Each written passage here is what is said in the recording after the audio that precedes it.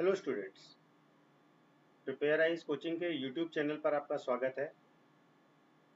हम लोग डेली अभ्यास सीरीज के अंतर्गत मेंस की राइटिंग करते हैं और इसके अंतर्गत आज चूंकि सैटरडे है तो आज टॉपिक फ्राइडे है तो आज हम जो टॉपिक लेंगे वो एथिक्स से रिलेटेड होगा। एथिक्स के इस टॉपिक में हम लोग दो क्वेश्चंस को लेंगे और इन दोनों क्वेश्चंस का आपको मैं सॉल्यूशन डेली की भांति दूंगा, जिससे आप अपने क्वेश्चंस को कंप्लीट कर सकते हैं। तो पहला क्वेश्चन है, what is human dignity, why maintenance of it has been incorporated in all religious text as well as in our constitution. Question ये पूछ रहा है कि मानवीय गरिमा या ह्यूमन डिग्निटी क्या होती है और इसके मेंटेनेंस को लेकर हमेशा हमारे कॉन्स्टिट्यूशन में और सभी प्रकार के रिलीजियस टेक्स्ट में क्यों मेंशन किया गया है। तो इस प्रश्न में आपको बेसिकली ये बताना है कि ह्यूमन डिग्निटी क्या है। सबसे पहले तो आप ये बताएंगे, इसके बाद आप ये बताएंगे कि इसको बनाए रखना हमारे संविधान में और रिलीजियस टेक्स्ट में कहाँ दिया गया है और क्यों दिया गया है। तो आप इसको आसानी से इस तरीके से कर सकते हैं।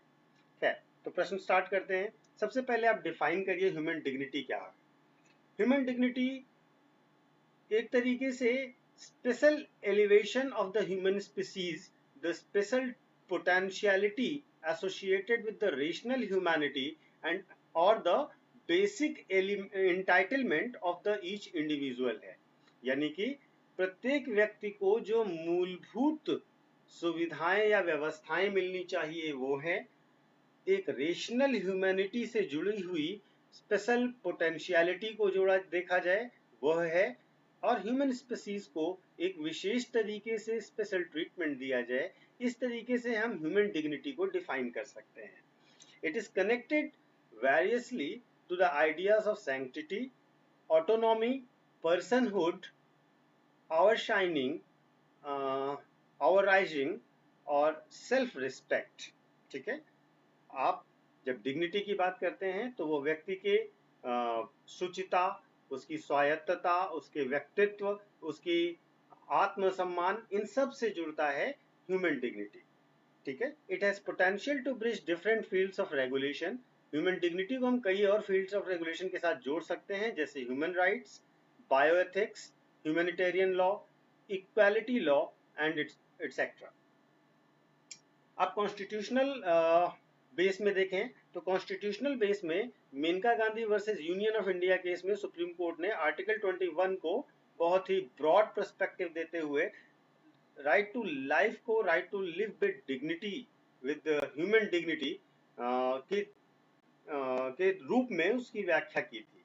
इसी तरीके से जो Bandhua Mukti Morcha versus union of India case है, इसमें भी ह्यूमन डिग्निटी पर ही पूरा डिसीजन बेस किया गया था। अब आते हैं धार्मिक मामलों में।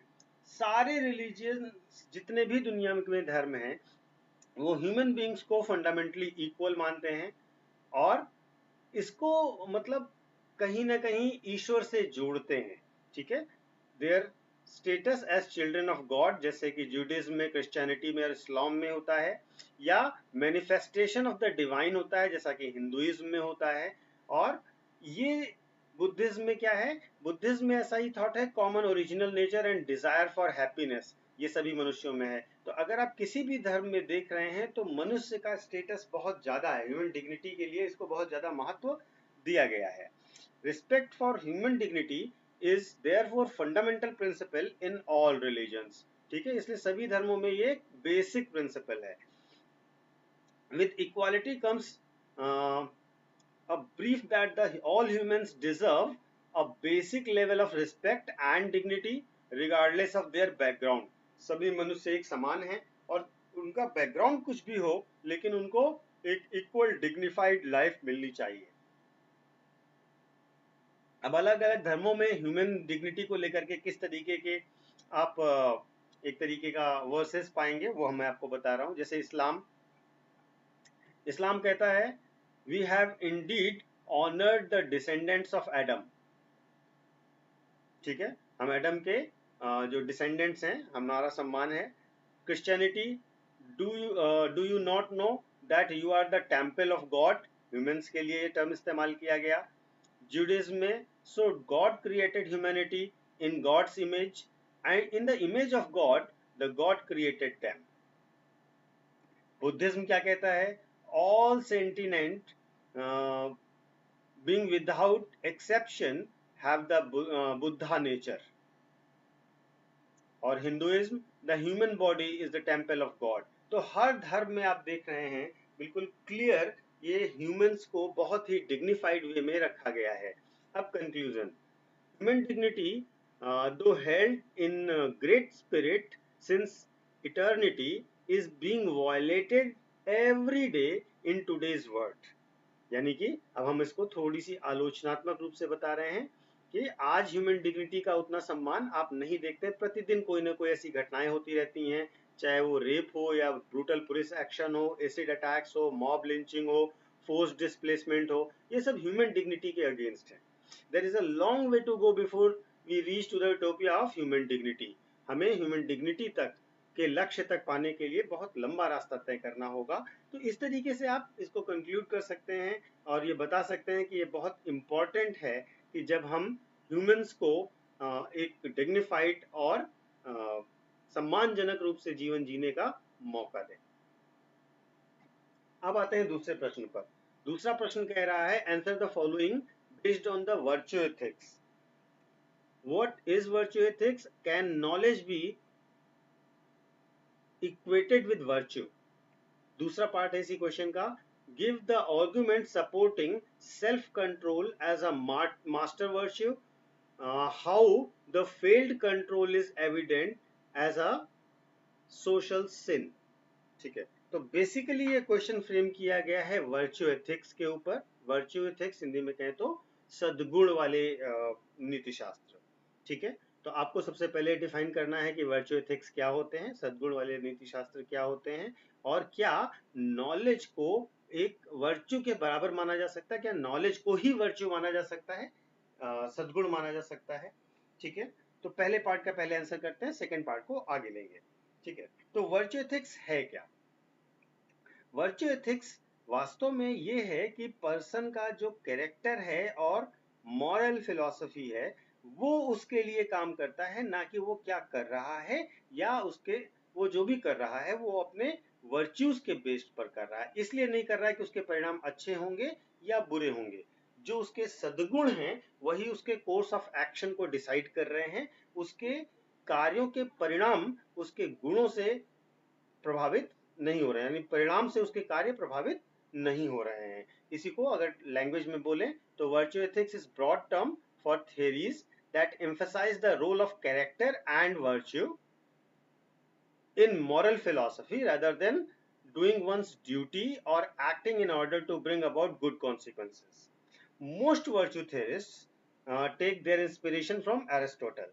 वास्तव में वर्च्यू एथिक्स का स्रोत जो माने जाते हैं वो अरस्तु माने जाते हैं, जिनको हम एरिस्टोटल कह रहे हैं. और इन्होंने कहा था कि a virtuous person is someone who has ideal character traits.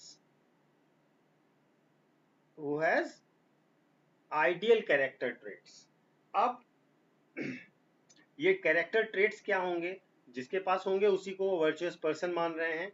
तो these traits deserve the natural internal tendencies but need to be nurtured. यानी कि आपकी इंटरनल टेंडेंसीज हैं लेकिन इन्हें ग्रो करने की, इनको विस्तारित करने की, उनका विकास करने की आवश्यकता होती है. ठीक है, लेकिन अगर एक बार आपके वर्च्यूज, आपकी ये जो इंटरनल टेंडेंसीज, जो अच्छी वाली इंटरनल टेंडेंसीज है वो मैच्योर हो गई तो बहुत लंबे समय तक रहेंगी. ऐसा अरस्तु का मानना था, एरिस्टोटल का मानना था. ठीक है, जैसे a virtuous person is someone who is kind across any situation over the lifetime because that is her character and not because she want to maximize utility or gain favors or simply to do her duty. देखिए, कोई virtuous person है, जो सद्गुण वाला व्यक्ति है, वो अपने जीवन की हर सिचुएशन में, पूरे जीवन में, अगर मान लीजिए उसकी काइंडनेस उसकी वर्च्यू है, ठीक है, दयालुता उसकी वर्च्यू है, तो चाहे जो भी हो वो दयालु बना रहेगा, भले ही उसका फायदा हो या नुकसान हो या ही उसको बहुत ज्यादा लाभ कमाना हो, वो किसी भी चीज के लिए अपना वो वर्चुअल कैरेक्टर, जो वर्च्यू कैरेक्टर है, सॉरी वर्चुअल नहीं, जो वर्च्यू कैरेक्टर है वो चेंज नहीं करेगा, क्योंकि ये उसके अंदर से आ रहा है और मैच्योर हो गया है। ठीक है, सुकरात क्या कहते हैं इस बारे में? सुकरात कहते हैं कि वर्च्यू इज नॉलेज। ठीक है, ज्ञान ही सद्गुण है। Because all living things aim for their perceived good, and therefore if anyone does not know what is good, he cannot do what is good, because he will always aim for a mistaken target. If someone knows what is good, he will do what is good. ठीक है, अब कहना क्या चाह रहे हैं इसको समझिएगा। सुकरात ये कहना चाह रहे हैं कि हर कोई ये चाहता है कि उसका भला हो, उसके लिए अच्छा हो। ठीक, और वो अपना हर काम इसीलिए करता है कि उसका अच्छा हो, उसको फायदा हो, वो खुश रहे। ठीक, अब क्या है कि जब तक आप ये जानते ही नहीं अच्छा क्या है, तब तक आप उसके लिए काम करेंगे कैसे? ठीक है ना, until unless you does not know what is good, you cannot do good. और जब आपको पता नहीं है तो आप अच्छा कर नहीं सकते, और जब आप अच्छा कर नहीं पा रहे हैं तो प्रॉब्लम क्या है? क्योंकि आपको नॉलेज नहीं है, अच्छे और बुरे का नॉलेज नहीं है। अगर आपको अच्छे और बुरे का नॉलेज हो जाएगा तभी आप अच्छा कर पाएंगे। तो knowledge is the key point, यही सुकरात कह रहे हैं।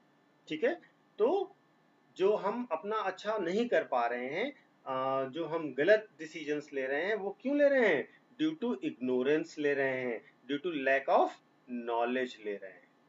ठीक है, प्लेटो भी क्या कहते हैं? A good decision is based on knowledge and not on the numbers, and good people do not need laws to tell them to act responsibly, while bad people will find a way around the laws. ठीक है, प्लेटो का भी यही कहना है कि जो भी अच्छा निर्णय होगा वो ज्ञान पर आधारित होगा। ठीक है, नंबर्स पर नहीं। ठीक है, अच्छे लोगों के लिए कानून की आवश्यकता नहीं है, क्योंकि वो अपने आप ही अच्छा काम और उत्तरदायी व्यवहार करेंगे। ठीक है, ये कहना चाहते हैं प्लेटो, यानी कि ये भी बता रहे हैं कि नॉलेज ही वो बेस है जिस पर गुड डिसीजंस लिए जा सकते हैं। ठीक है, अब हमने आपको जो नॉलेज वाला बेस था उस पर लेकर 3 क्लासिकल थिंकर्स की बात बता दी। अब हम अपने व्यूज पर आते हैं और क्या बताएंगे? However, the virtue includes experience and knowledge both. Aristotle, however, differs from Plato and argues that knowledge may not be enough. Even if one knows what is good, one may not have character to pursue it. कई बार हमें ये पता होता है कि सही क्या है, लेकिन हमारे अंदर उसे पाने की या उसके लिए कर्म करने की इच्छा या इच्छा शक्ति नहीं होती। ठीक है, इसीलिए वो क्या कहते हैं कि इसके साथ साथ आपको क्या जरूरत है? ऐसा क्यों हो रहा है? क्योंकि यहाँ पर विल पावर की कमी है, अतः नीड क्या है? कांस्टेंट प्रैक्टिस की नीड है। ठीक है, तो बेसिकली अब हम कंक्लूड करेंगे इस बात को कि the knowledge is an important ingredient of virtue but not the only one. ठीक है, वर्च्यू का जो इम्पॉर्टेंट इंग्रेडिएंट है वो नॉलेज है, लेकिन केवल नॉलेज के बेस, नॉलेज को ही वर्च्यू नहीं मान सकते। ठीक है, तो ये हो गया आपका दूसरा क्वेश्चन। अब अच्छा, इस क्वेश्चन में एक पार्ट और भी था, ये give the argument supporting self control as a master virtue, how the failed control is evident to in the social sin. इसका मैंने आंसर लिख के नहीं दिया, इसको मैं डिस्कस कर दे रहा हूं। Self control is the master virtue. देखिए, आपको नॉलेज भी है, आपको एक्सपीरियंस भी है, लेकिन आपको सेल्फ कंट्रोल नहीं है। सेल्फ कंट्रोल हर एक समय, हर एक रिलीजन में भी सबसे इंपॉर्टेंट माना गया है। क्या सही है और क्या गलत है, ये डिसीजन इंपॉर्टेंट है, लेकिन हमें किस लेवल पर अपने आप को रोकना है, अपना आत्म नियंत्रण करना है, वो मास्टर वर्च्यू।